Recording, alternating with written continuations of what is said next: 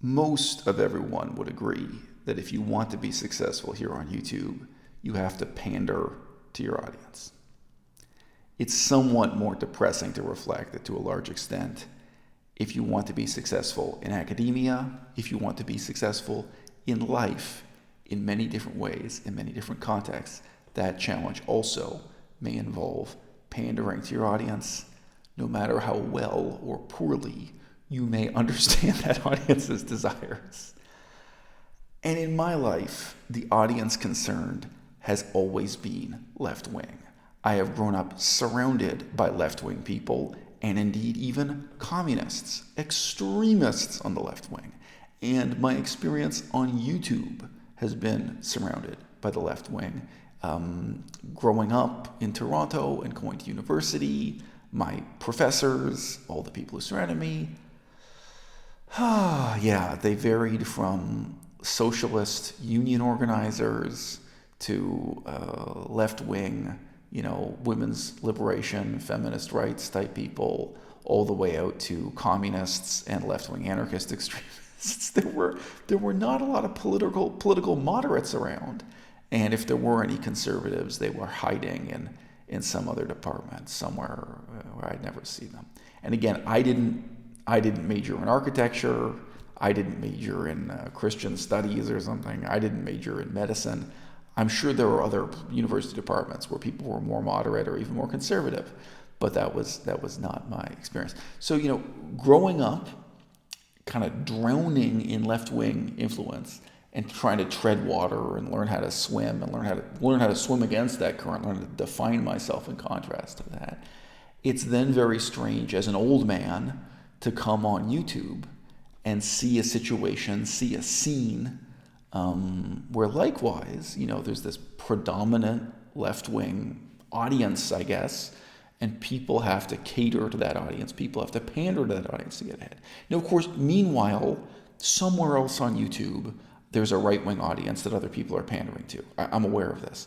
But by the same token, at my university, my whole experience was being surrounded by and inundated by these left-wing extremists. The fact that somewhere else there's a Christian university, and there were many, where all the professors are conservative Christians and doing Bible studies and this kind of thing, that exists somewhere else, but it's not part of my experience. So it's not really relevant to what we're discussing here. But yes, elsewhere on some other university campus, people are pandering to right-wing inclinations. Somewhere else here on YouTube, there are YouTube channels talking about the difficulties of pandering to the right-wing audience, but that's not my experience. It's not what I'm talking about here today. So look, the controversy of the moment, and then the reflections that come out of this controversy that are somewhat deep and meaningful for me in my own life. The controversy of the moment is this. I notice looking at Mexi's YouTube channel. So Mexi, she has been masquerading as a left-wing communist extremist for years now. It's a masquerade that's gone on a long, long time. And just 4 weeks ago, she made a video in which she came out and admitted that she's not really such a left-wing extremist as she has been pretending to be all along. So she's not really comfortable with emulating Joseph Stalin, Mao Zedong, Lenin. She's not really into the extremist armed rebellion. And for years, she's been pretending that she was. And right away, she gets an avalanche of negative comments, some of which I've seen on screen as text, and some of which she just described in her own videos. She talks about the negative backlash she's had when she's come out as being someone who's not in favor of violent revolution. For those of us, the few of us who really have a long memory, who've been on this platform for a long time, whether due to vegan activism or whatever other interest, those of us with long memories and long engagement can remember a time when Mexi was a Buddhist. And she had YouTube videos up discussing her Buddhist spirituality. And let's pause here. I can sympathize with her struggle on many different levels. And sympathy is an analytical tool. I don't sympathize with people just for the sake of wallowing in sentiment. I sympathize to understand the situation.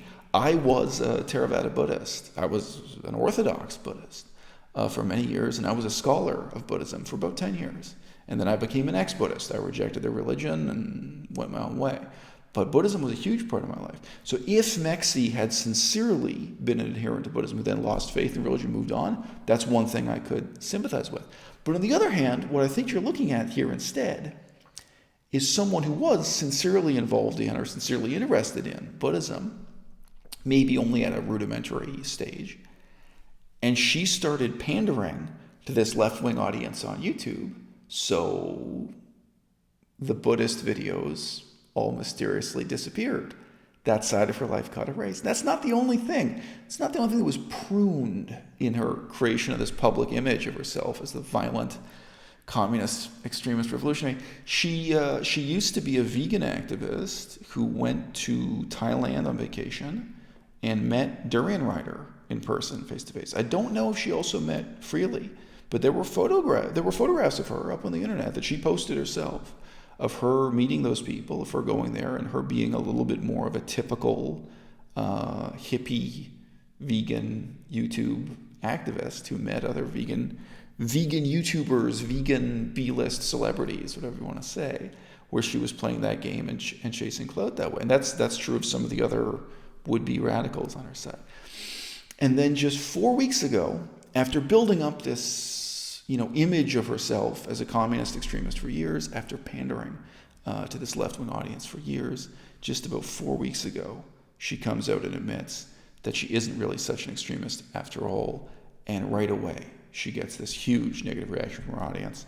The number of views on her most recent video from 2 weeks ago is about half of the audience from the video before that, and this is a very small fraction, about a quarter of her more successful videos from about 5 months ago.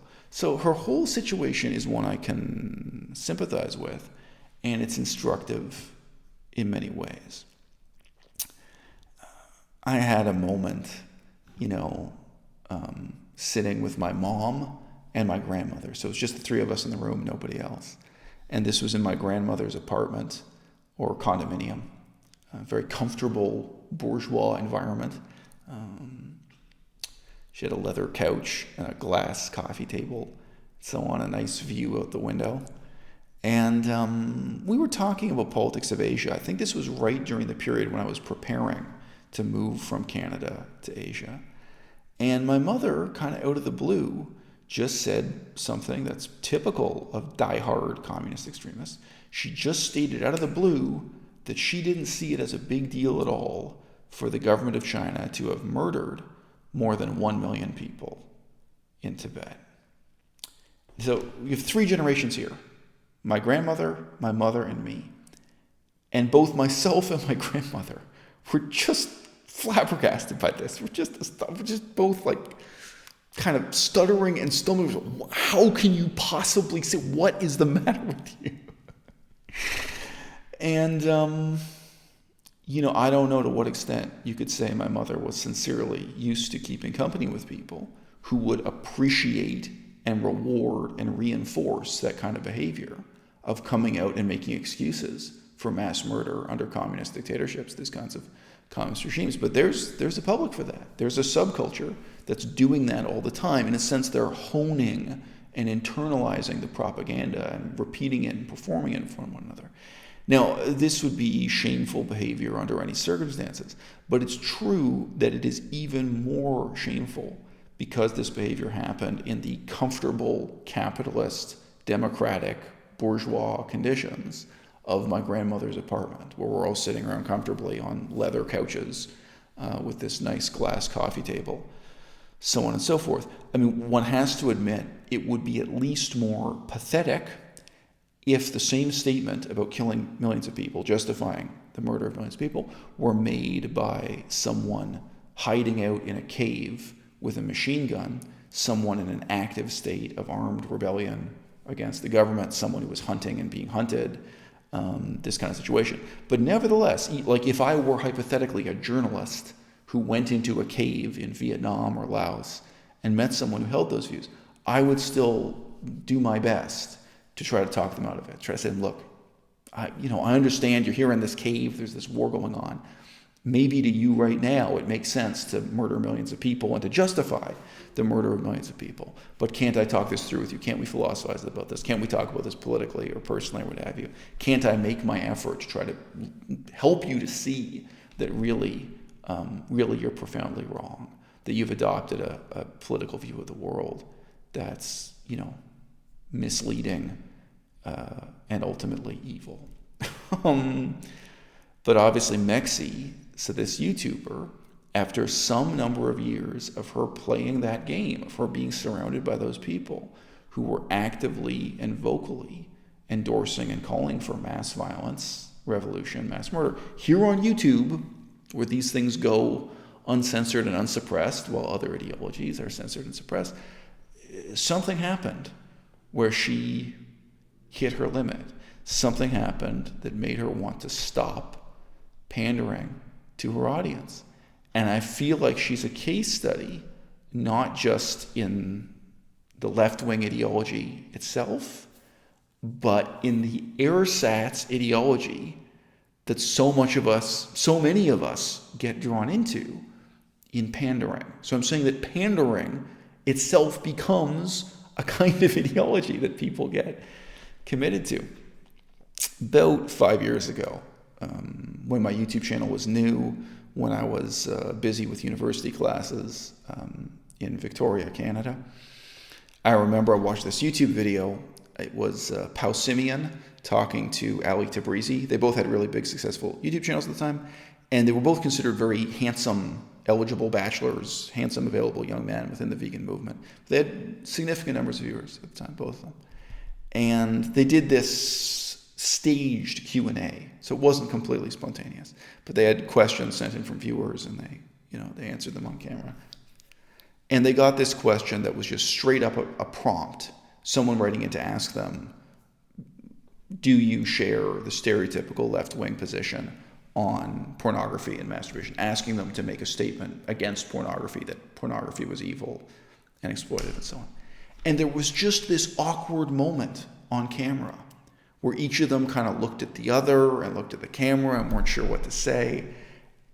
And my interpretation of that was, like, this was the moment of uncertainty where they were deciding, were they going to tell the audience what they knew the audience wanted to hear? Were they going to pander to the audience or not? I knew both of those guys personally to a limited extent. Like Pau Simeon, I had a few messages back and forth. I knew Ali Tabrizi better. I don't think either one of those guys was left-wing. I don't think either one of them is left-wing now.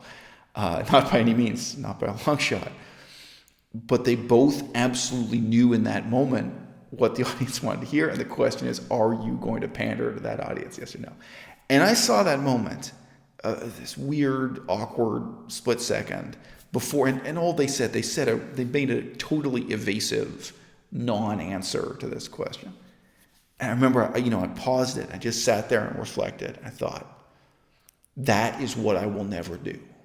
That right there, that moment, I'm never going to pander to the audience. Whatever is going to happen with this YouTube thing for me. And I know the commitment to keeping it real, it means that today I have a tiny fraction of the audience I theoretically could have. You get a smaller and smaller audience, the realer and more honest you are. Every time you're keeping it real, you're alienating people, especially in the peculiar political conditions of this side of YouTube, I mean, look, sorry, just really brief digression on that. If I had to choose between voting for Joe Biden and voting for Bernie Sanders, I would vote for Bernie Sanders. If I had to choose between Bernie Sanders and Hillary Clinton, I'd vote for Bernie Sanders. So on the spectrum, I'm far to the left in some ways. I'm left of center. I'm just not a communist. I'm not a socialist. I'm not a communist. I'm on the moderate left, right? But just the unwillingness to pander for even within that category. I don't pander to Bernie Sanders supporters. I read his book. I have harsh criticism of the book and what's wrong with it. The fact that I would vote for Bernie Sanders rather than Joe Biden doesn't mean that I only see the flaws in Joe Biden and I don't see the flaws in Bernie Sanders, that I don't want to critique. So, the commitment to keeping it real, the decision not to pander, that is more fatal, if you like. It's more fateful, I should say. It's more of a fateful decision than your commitment to any one political ideology. So that's maybe the lesson of YouTube, the greatest riddle of YouTube that a lot of people have yet to unravel. If all you look at is success on YouTube, then all you're going to see is pandering. But the more meaningful path forward here is precisely keeping it real, is refusing to pander. And I don't make YouTube videos for me. I really do make them for the audience. I mean, the example, the YouTube video I put up today, and it's a little bit philosophical despite the title. Jacqueline Glenn is worse than Anicia. YouTube video I put up today. I'm delighted that it has more thumbs down than thumbs up. I'm delighted. For me to see a video getting more than 50% thumbs down, I think, oh, good. I'm really challenging people. I'm reaching the audience. People are seeing it, people are hearing it, and they're being challenged. I'm not pandering to the audience. Good. I'm saying something that's meaningful to me, but I'm not just speaking to myself. That video, it's a great example. Because obviously it's not like just an example where it's like, oh, I feel like talking about the philosophy of Socrates, or I feel like talking about Aristotle or something. It's not something I'm making for myself. It's not something where I'm just talking about my feelings about my divorce and my daughter or something. It's very much made for the audience, but it's not pandering to the audience. It's refusing to pander to the audience. It's keeping it real, and it's challenging the audience. And when it gets more than 50% thumbs down, I'm thrilled. I'm really positive about that. When I made the video, I still think I'm the only person to speak on that from that angle. Oh, okay, the only person in English. There was a famous church in Paris, France that burnt down in an accident, the Notre Dame Cathedral in Paris, right? And I came out that day. I came out and made a video when the news was fresh. And I said, look, I'm not trolling. It was 100% honest. I came out with a critique saying, look, it may be an unpopular opinion, but I'm an atheist. I'm happy that it burnt down, and I'm not happy at the suggestion that the government would use taxpayers' dollars to rebuild it, or that the government would have any involvement in rebuilding it. If it's going to be rebuilt, it would be by donations within the Catholic Church, and even then, I want to question the long-term morality of this. I don't think it is a good thing for Paris to be dominated by medieval church architecture. I'm against it. It's a shockingly unpopular opinion, especially to come out with it that day at that moment when the tragedy is new, right? When everyone's just reacting to this the first time, to come and say, and again, I'm happy to see it as thumbs down. I think it actually has more thumbs up than thumbs down, which is kind of amazing. But whatever, even if it had 70% thumbs down, it'd be like, good. I don't want to just reach the audience that agrees with my opinion. It's a really good thing for me, and a good thing for the audience, and a good thing for YouTube if I can reach the people who don't agree with this. And even, the decision that alienated the majority of my audience, I made one decision where I was going to keep it real, talking about pet ownership, talking about the fact that morally I'm opposed to people owning dogs, morally I'm opposed to people owning cats, I'm opposed to people owning a pet owl in a golden cage, whatever it is. I'm against pet ownership morally and philosophically. And I knew before I put the video up that the majority of my audience would walk away and hate me and would send me hate mail. I absolutely knew that was the consequence. And I did it anyway. I made that commitment to keeping it real. And the number of viewers per video went way down. Got a ton of hate mail. You know what? Again, that's the riddle of YouTube that you're never going to learn watching only the most successful channels. All right? There's a more meaningful kind of success that goes on here that's unique to this medium. It never existed before on radio. It never existed before on television. It never existed before in the movie theater. All right? What we do here on YouTube, there's no plot, there's no special effects, right? Honesty is the only currency we've got. The only value we can breathe into these videos precisely begins and ends with that commitment to authenticity, to keeping it real. And that doesn't mean you make videos for yourself. You don't make videos to please yourself. you make videos for an audience, but you also make videos to confront, to educate, to challenge that audience. That, in short, is keeping it real.